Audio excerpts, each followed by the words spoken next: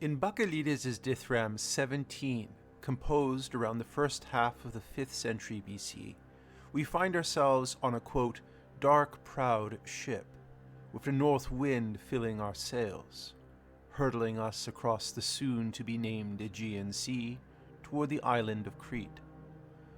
On board the ship is King Minos, Prince Theseus, and 14 Athenian youth and maidens, chosen as part of an annual sacrifice to the Minotaur, who resides in his labyrinth on the island at Knossos. Based on other stories, we will understand that soon Theseus will meet with Ariadne, and with her guidance, defeat the Minotaur, and Theseus will eventually become king of Athens. The poem is a rare and archaic reference to initiation by submergence in water, a descent into the depths, where veiled and covered gods and goddesses reside. This poem will show us the magical wonders involved in the esoteric initiation of a soon-to-be king. But before all this takes place, Bacchylides situates us precisely in this unnamed sea, representing an elemental power in space that does not yet have a formal name. For it is only on the return journey, after having slaughtered the Minotaur, that Theseus' father, Aegeus, who mistakenly believes that his son has died on the journey, commits suicide by jumping into the sea, thereby giving it the name of the Aegean. The spatial and temporal place this poem is situated in makes no reference to where they are going, where they have come from, or provides any explicit connection to the other myths of Theseus. This is an unmarked event, but absolutely fundamental to everything that will later transpire.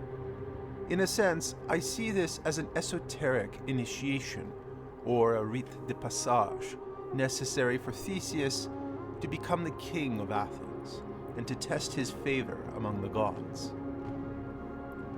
Let us return to the ship. It is not simply idling across gentle waters, but is daimonically charged, and is the locus of the gods' attention and activity. The sails are propelling the ship southward, having caught the northward wind sent by Athena. Quote, "The bright sail caught the full north wind that armed Athena sent." And as this happens outside in the external world, internally, King Minos is being persuaded in his lower nature by the holy gifts of Kypris. This is Aphrodite, whose gifts, quote, with her lovely headband, scratch the heart of Minos. This scratching of Minos' heart, knisin de Minoi kear, is translated from the erotic powers of the goddess into the real world, culminating in Minos becoming aroused by the young maiden Eriboea and, quote, touching her white cheeks. She cries out at this touch, and this entire sequence of gestures begins the series of events that ultimately result in Theseus' apotheosis. Interestingly, the Himerampukos Theas is translated as either headband or love crowned. Although not explicitly stated, we can surmise that this is Aphrodite's myrtle crown, which was used to mark transitional periods like weddings, banquets, and funeral rites. This has not been mentioned, but it is plain to see that Aphrodite's gift will also mark this transition for Theseus, in an initiation that honors both life and death. Theseus sees what King Minos has done, and is disgusted by his behavior, which is unfit for a king, and says to Minos, quote, "Son of strongest Zeus, the spirit you guide in your heart is no longer pious. Hero, restrain your overbearing force." Later in this speech he says, quote, "I bid you to restrain your grievous violence, for I would not want to see the lovely immortal light of dawn if you were to subdue one of these young people against her will. Before that, we will show the force of our arms, and what comes after that, a god will decide." Outraged by King Minos, Theseus would rather die than to allow Minos' distorted kingly will to be used against an innocent. We are beginning to see a challenge to the king's authority, and the ordering of the cosmos, and there is beginning to be a tear in the fabric. After his speech to the king, all the people on board the ship are in awe. Quote, "So the spear-skilled warrior spoke, and his contemptuous pride struck all on board with awe." But Theseus's rebuke comes not solely from himself alone, but is deferred to the divinities and Moira, or fate. The danger of hubris is that of a potentially violent force that can disrupt the ordering of the cosmos. This is a fragile and uncertain moment in the balance of the cosmic structure. Theseus says, quote, "Whatever the all-powerful fate of the gods has granted for us, and however the scale of justice inclines, we shall fulfill our appointed destiny when it comes." This is an expression of Theseus's confidence in the fates, that we are all appointed a portion, and that it will be fulfilled in congruence with the heavenly realm. This reference to Moira will become instrumental very soon. Additionally, this sense of fate pervades the entire scene, in the sense that each occupant of the ship is now passively being propelled forward to the scene of action, which will be the confrontation with the Minotaur. But for now, we are carried along in a sort of limbo, unable to direct our actions actively. In the performance, we are experiencing constant movement, and this movement is expressed and heightened in the language of the poem as well as its structure, with short words being used to express this forceful motion, despite the fact that each person is passively submitted to the winds of Athena and guided across dark and impenetrable waters against their will. Burnett identifies some of the imagery to express this constant motion. Quote, "The wind falls, lust scratches, Eriboea shouts, the eye of Theseus whirls and tears at his heart. The lust of Minos becomes as actual as a beast, and Theseus's answering emotion moves like a living thing as it changes from anger to a courageous, contemptuous pride." Partway through his speech, an alternative translation has Theseus say, quote, "I now demand from you cessation of this violence." But once Aphrodite's gesture has granted King Minos with the opportunity to exercise his lust, there is an initiation to the conflict between the two men, and the perpetual movement continues unabated. After Theseus' tirade, King Minos makes a prayer to Zeus and says, quote, "Almighty Father Zeus, hear me. If the white-armed girl of Phoenix bore me as your son, then send a sign, a darting fire-tress bolt of lightning from the sky. And if in truth it was to earthquake god Poseidon that the maid of Troezene bore you, then you may bring this golden finger ring of mine up from the salt sea." Here, Minos is challenging Theseus to prove his divine ancestry. Although the son of a mortal king, Theseus was also known as being the son of Poseidon and the princess Aethra. Minos himself is the son of Zeus and the princess Europa. Both men appear to have a mixture of divine and mortal ancestry. Minos throws the royal ring into the sea and says, quote, "Dive and pay a visit to your father's halls." Soon after King Minos' prayer, Zeus does send the sign, which comes in the form of a lightning bolt. And by sending this sign, King Minos feels emboldened to put Theseus in his place. After all, he has the backing of Zeus. Quote, "Theseus, you are witness to the signal gift Zeus sends me. Dive now into the roaring sea. No doubt your father, Lord Poseidon, Cronus' son, will make your deeds' fame spread far across the timbered land." This last line is meant to be taken ironically, since Minos fully expects Theseus to drown, and the spread of his fame across the lands would be of course post-mortem, while Minos can remain the legitimate ruler of the land. So halfway through the poem, King Minos throws the ring into the sea. With amazement filling Minos' heart, Theseus dives into the sea after it.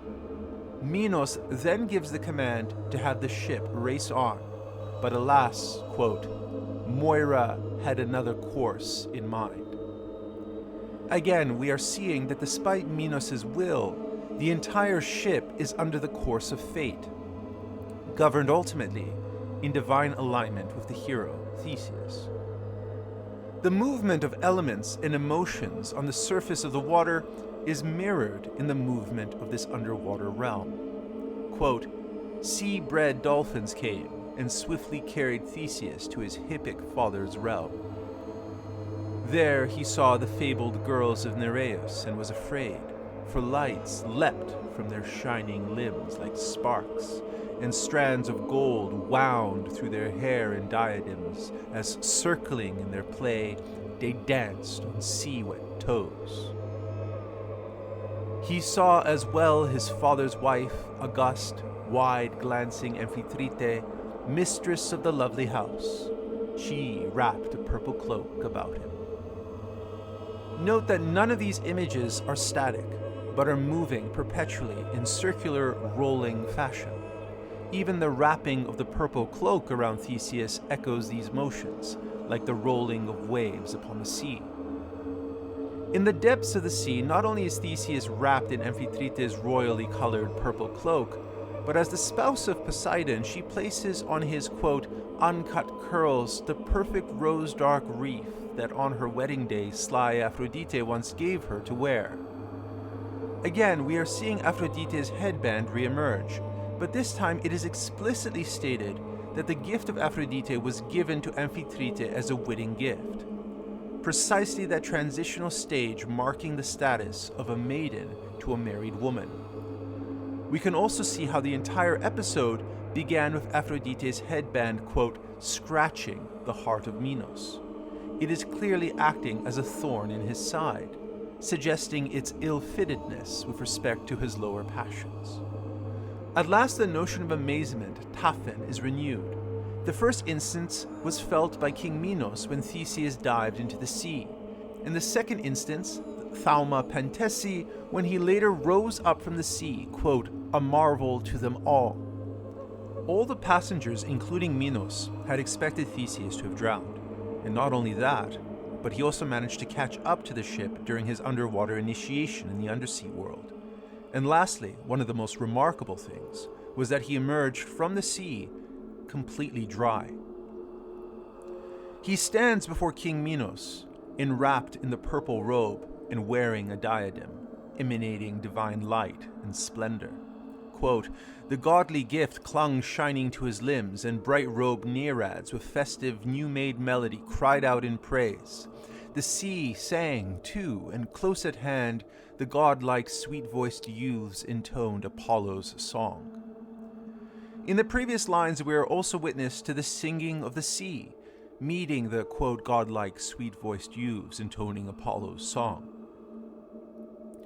Apollo here is harmonizing the voice of man with the voice of nature, and repairing the potential rift that might have occurred between these two realms, that could have had disastrous cosmic consequences if it had not been mediated by Theseus' dive and ultimately the will of Zeus.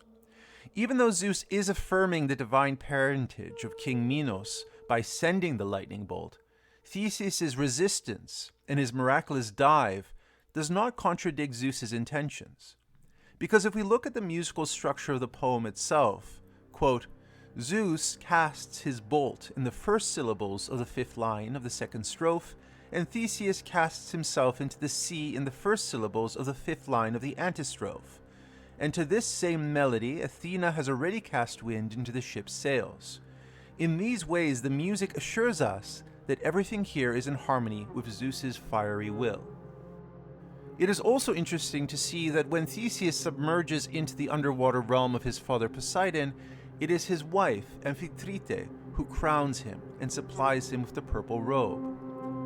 The objects of initiation are not being supplied by Poseidon himself, who is not even named in the poem.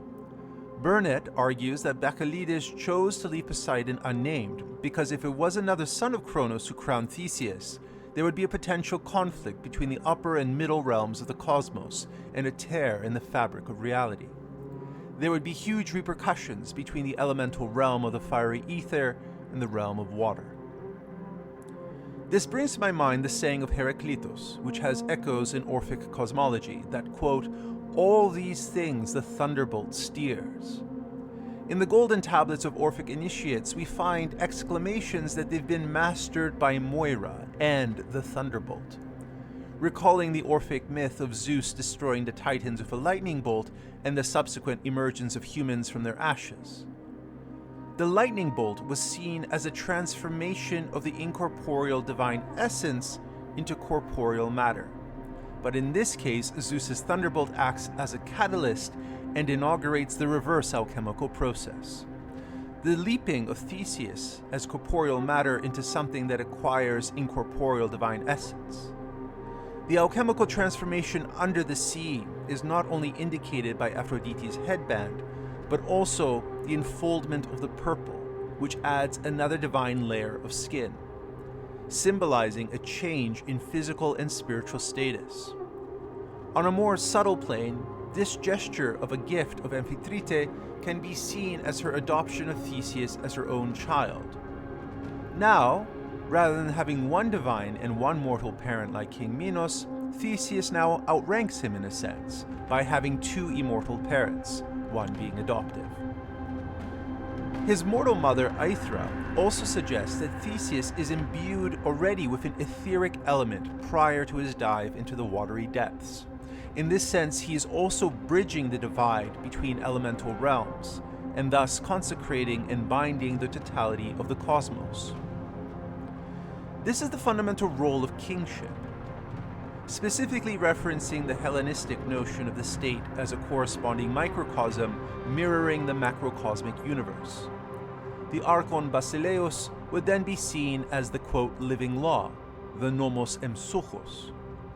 We already see Theseus' insistence on performing just deeds, or at least not performing unjust deeds, when he criticizes King Minos' lustful behavior toward Eriboea. And in Athens, to which he will later become king, it was said that the archon basileus helped supervise the Eleusinian mysteries. Clearly, this function of the king required deep preliminary spiritual transformation through initiation. There is a great danger in his leap, however, in the sense that he is abandoning the Athenians on board, abandoning civilization and the laws of the mortals, dying effectively to this life. And the risk is that he will never again re-emerge.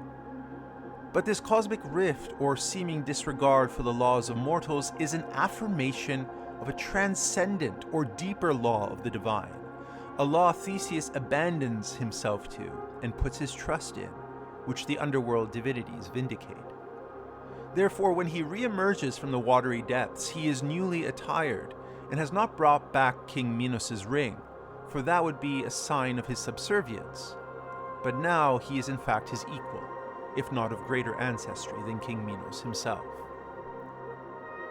Regarding the dive itself, which Theseus performs, there are parallels with Orphic and Bacchic symbolism. The same word jumped or leaped is used. These are echoed also in the gold tablets. For example, in the poem we see the third-person aorist indicative active thorin, he leaped. And in the gold tablets found in Thuri, right after the phrase of becoming, quote, a god instead of a mortal, we find the expression tauros is gala ethores, the second-person imperfect active, regarding the leaping of the kid or the goat into the milk of immortalization. This has led some scholars like Chrysanthu to suggest that the formulaic phrase, a kid, bull, ram, you fell into milk, should be seen as a reference to the Galaxias, or the Milky Way, which would be considered the location of the Isles of the Blessed. Based on this piece of evidence, Peter Kingsley suggests that milk or wine was consumed during the initiation ceremony, indicating a Dionysiac Bacchic element to these initiations. Fragment 178 of Plutarch describes a katabatic journey into the darkness. Although he could be mentioning the Eleusinian mysteries, his words could also be understood to be more generic, indicating the great mysteries rather than any particular one. Quote, But after this, a marvelous light meets the wanderer, and open country and meadow lands welcome him. And in that place there are voices and dancing in the solemn majesty of sacred music and holy visions. It is not unreasonable to suppose that Orphic initiates would similarly be following a mystical light in the midst of utter darkness, something perhaps reminiscent of a shining god like the Orphic Phanes. In another form of the god, we can see the final union of potentially opposing cosmic elements being harmoniously blended at the end of the poem when, quote, the sweet-voiced youths intoned Apollo's song. Dionysus also presides over the completion of initiation, but his name is not mentioned explicitly in the poem. However, the close affinities between Orphic and Bacchic initiation speak to the idea that both Apollo and Dionysus retain prophetic and ecstatic elements that are sometimes interchangeable. For example, in Euripides' Bacchae, the prophet Theseus says, quote, the god Dionysus is also a prophet, for the ecstatic and the manic have mantic powers in large measure. When the god enters someone in force, he causes him in madness to predict the future.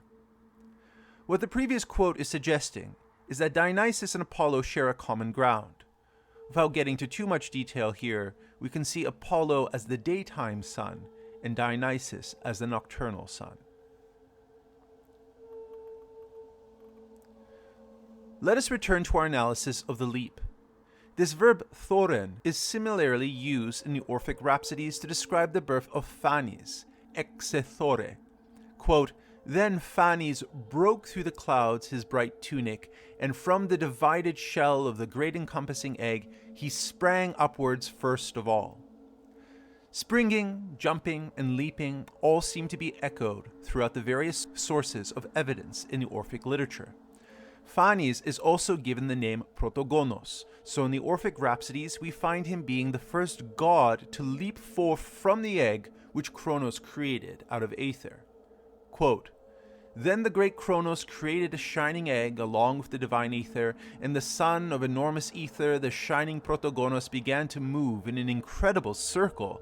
He sprang upwards first of all, the hermaphrodite and highly honored Protogonos, and at the time of Phanes' birth, the misty chasm below and windless ether were separated, the immaculate daemon called Metis, who bore the famous seed of the gods. In the Derveni Papyrus, we are met again with the idea of leaping and jumping, but this time seen through a more materialist lens. Since the cosmic stage, ruled over by Kronos, has his mind, or nous, striking what are seen as pre-existent and eternal particles, called aeonta. When the mind of Kronos strikes the particles in the form of the sun's heat, they then begin to strike one another, and by doing so, they end up creating the first entities. The particles can be described as jumping around, and they continued jumping until each came to its like. As we saw earlier, the verb thoren, he jumped, found in Bacchylides' poem, are found in the golden tablets as ethores, and now throsko. All of this suggesting that this action is being performed in anticipation of a mystical union with primordial energies of divinity. This is also in keeping with the work of Peter Kingsley regarding Empedocles' mystical teachings and initiations with regard to Orphism. For more on that, see our earlier videos. In 1968, in the town of Posidonia, a grave was found with a mixture of Greek and Etruscan artistic styles. It is known as the Tomb of the Diver at Paestum. The 5 walls of a tomb were unearthed and dated to around 480 BCE, and on each wall there were images of a group of figures engaged in a symposium, but the ceiling depicted something very interesting: a young man diving into water. Scholars have determined that the young man is an adolescent, again drawing similarities with our own Prince Theseus as he dives into the sea on the border between youth and manhood, subject and king. Scholars also equate the body of water to a sea, perhaps leading to another realm or afterlife. We also see figures carrying the lyre and the flute, which respectively are traditional instruments by Apollo and Dionysus. We know that Dionysiac and Apollonian music had an important purificatory element in Pythagorean thought. Another clue as to the possible Orphico-Pythagorean element to this tomb is the fact that one of the walls of the tomb depicts a person holding a primordial egg, no doubt alluding to the cosmic egg of creation and rebirth, the one fashioned by Kronos and from which Phanes Protogonos emerged. Perhaps we can find some evidence again in Euripides' Helen, when one of his characters, Theonoe, says, quote, "The mind of the dead does not live, yet it has eternal thought as it falls into eternal ether. Honus ton kat thananonton zemenu, gnomen de eke athanaton is athanaton aether empes." Theseus is jumping off the ship into the sea, which can also be understood as the cosmic aether, and the dividing line between the realm of mortals and the realm of the divine. He is undergoing a catabasis and a form of death, whereby he is initiated. When he stepped into the underwater hall of the divinities, he saw and presumably followed, quote, "the fabled girls of Nereus, and was afraid, for lights leapt from their shining limbs like sparks, and strands of gold wound through their hair and diadems, as, circling in their play, they danced on sea-wet toes." Those leaping lights like sparks perhaps may allude to the eternal particles, or aeonta, spoken of in the Derveni papyrus. Much of this can also allude to the constellations and their revolving and circular motion. Trusting in Moira or fate, Theseus has become a thauma, or a marvel, a manifestation of the miraculous and divine, and through his faith in the gods and Moira, and his literal leap of faith into the abyss of Aether, he has become initiated into a man, and moreover, to a king, so that he can soon destroy the Minotaur, marry Ariadne, and take his rightful place as the king of Athens, as a renewed agent of cosmic power, an act both transformative and binding of the above and the below. Take care for now.